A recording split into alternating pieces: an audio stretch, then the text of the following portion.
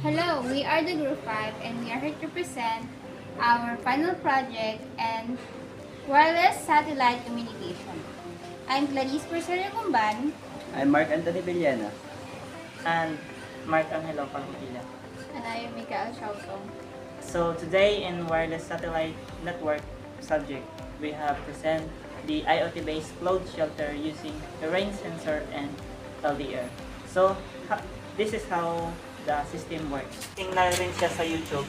So yung sa YouTube kasi is Arduino based lang siya, hindi siya IoT based.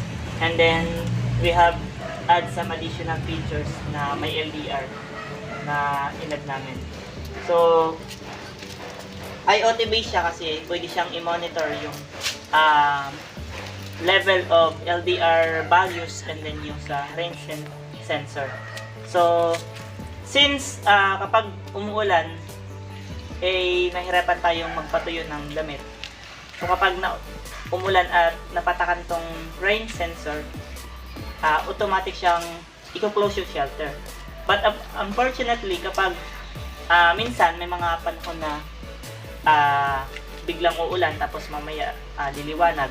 So nag-add kami ng additional features with this LDR na kapag nakakat siya ng brightness or sunlight ay automatic niyang i-open yung shelter. Then specifically kapag maliwanag naman at bumiglang ulan, may mga pagkakataon na lumiwanag tapos habang maliwanag may umuulan.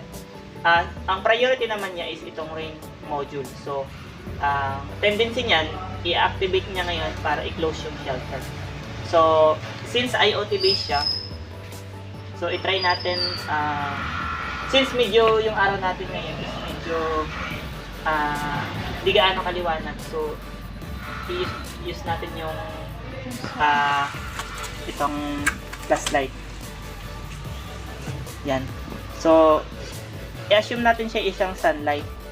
Yan. Then try natin lagyan ng kahit patak raindrops dito sa then yan. So yan na. Okay na. Konting raindrops natin. So yan.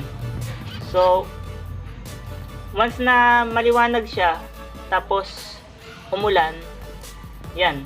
So priority ngayon yung rain sensor. So ngayon i-activate niya ngayon yung sensor para ibalik ulit, i-close.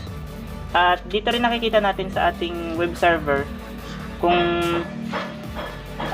na-monitor natin yung kanyang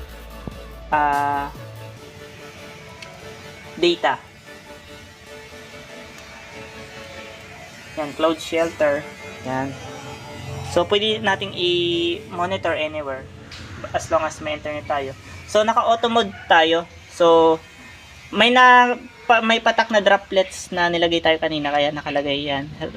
Yung rain ay yes. Then pag pinunasan naman ni Clarice, yan, mamaya magiging no yan. Yun, no. Then nakikita din yung threshold, yung LDR value. Na kapag umabot yan ng 600 to 700, yan yung brightness.